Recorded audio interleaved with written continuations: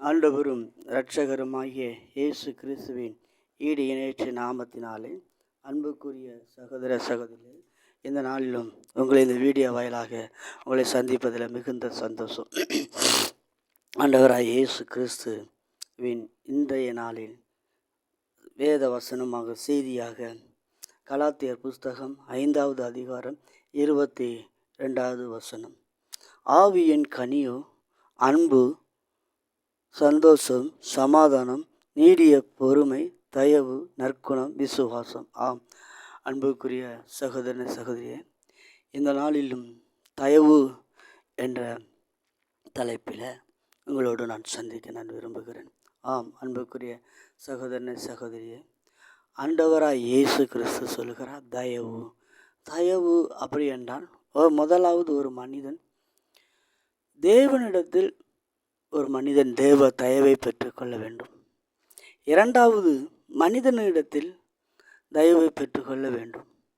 மூன்றாவது நாமும் தயவுள்ளவர்களாக இருக்க வேண்டும். ஆம் அன்புக்குரிய சகோதரனே சகோதரியே, தயவு என்றால் மூன்று பதங்கள் கொண்டது.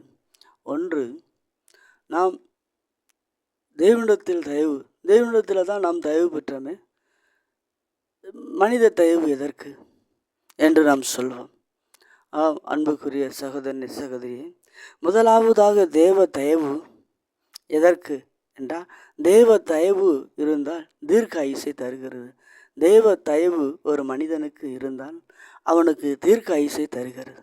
இரண்டாவதாக தயவு, மனிதனிடத்தில் தயவு பெற்றால் தேவையில்லாத உபத்திரவங்கள் நாம் சுமக்க வேண்டியது அவசியமில்லை. ஆம் அன்புக்குரிய சகோதரனே சகோதரியே, இந்த வார்த்தையை கேட்டுக்கொண்டிருக்கிற அருமையான சகோதரனே, இந்த வேத வசனத்தின்படி தயவு என்ற வார்த்தையை உங்கள் மத்தியில் நான் போதிக்கிறேன். ஆம் அன்புக்குரியவனே, முதலாவது ஒரு மனிதன் தேவ தயவை பெற்றுக்கொள்ள வேண்டுமா? ஆம்.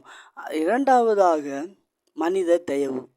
இரண்டாவதாக மனித தயவு பெற்றுக்கொண்ட இவன் மூன்றாவது நாம் தயவு செய்கிறவர்களாக காணப்பட வேண்டும். ஆம் அன்புக்குரிய சகோதரனே சகோதரியே, நாம் தயவு செய்கிறவர்களாக காணப்படும் பொழுது மனிதர்கள் நம்மை புகழ்ச்சி, நம்மளை மனிதர்கள் மரியாதைக்குரியவர்களாக மாற்றுகிறார்கள். ஆம் அன்புக்குரிய சகோதரனே சகோதரியே, இந்த நாளிலும் வேத வசனம் முதலாவது தேவ தயவை பெற்றுக்கொள்ள வேண்டும். ஆம் அன்புக்குள்ள சகோதரனே சகோதரியே, வேத வசனம் இயேசு கிறிஸ்துவும் தேவ தயவும் மனித தயவும் பெற்றிருந்தார். ஆம் அன்புக்குரிய சகோதரனே சகோதரியே, இந்த நாளிலும் ஒரு மனிதன் தேவ தயவை நாம் பெற்றுக்கொள்ளும் பொழுது அவன் தீர்க்காயுசை பெறுகிறான்.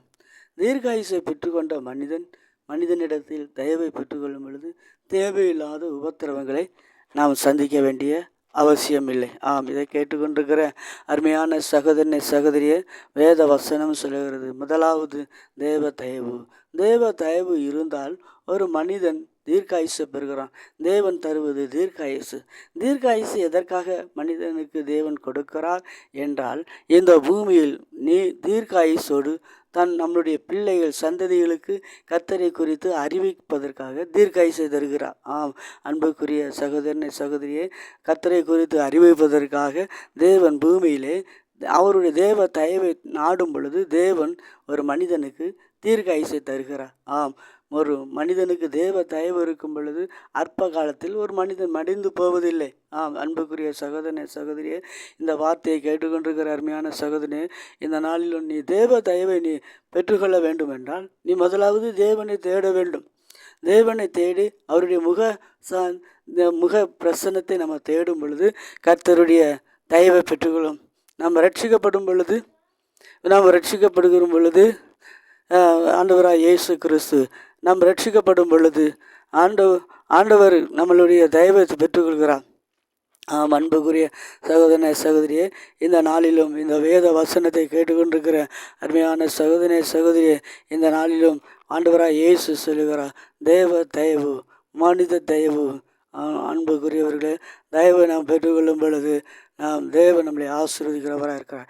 இதை கேட்டுக்கொண்டிருக்கிற அருமையான சகோதரனே சகோதரியே, இந்த நாளிலும் ஆண்டவர் தாமே உங்களுக்கு இந்த 3 விதமான ஆசீர்வாதங்களை கொடுத்து 3 விதமான தயவை கொடுத்து கர்த்தர் ஆசீர்வதிப்பார். பெரிய காரியங்களை செய்யும் அன்பு இரக்கமும் கிருபையும் நிறைந்த தகப்பனே, அப்படி மாறாத கிருபை வெளிப்படுத்தும். இயேசு கிறிஸ்து நாமத்தில் ஜெபிக்கிற நல்ல பிதாவே, ஆமென்.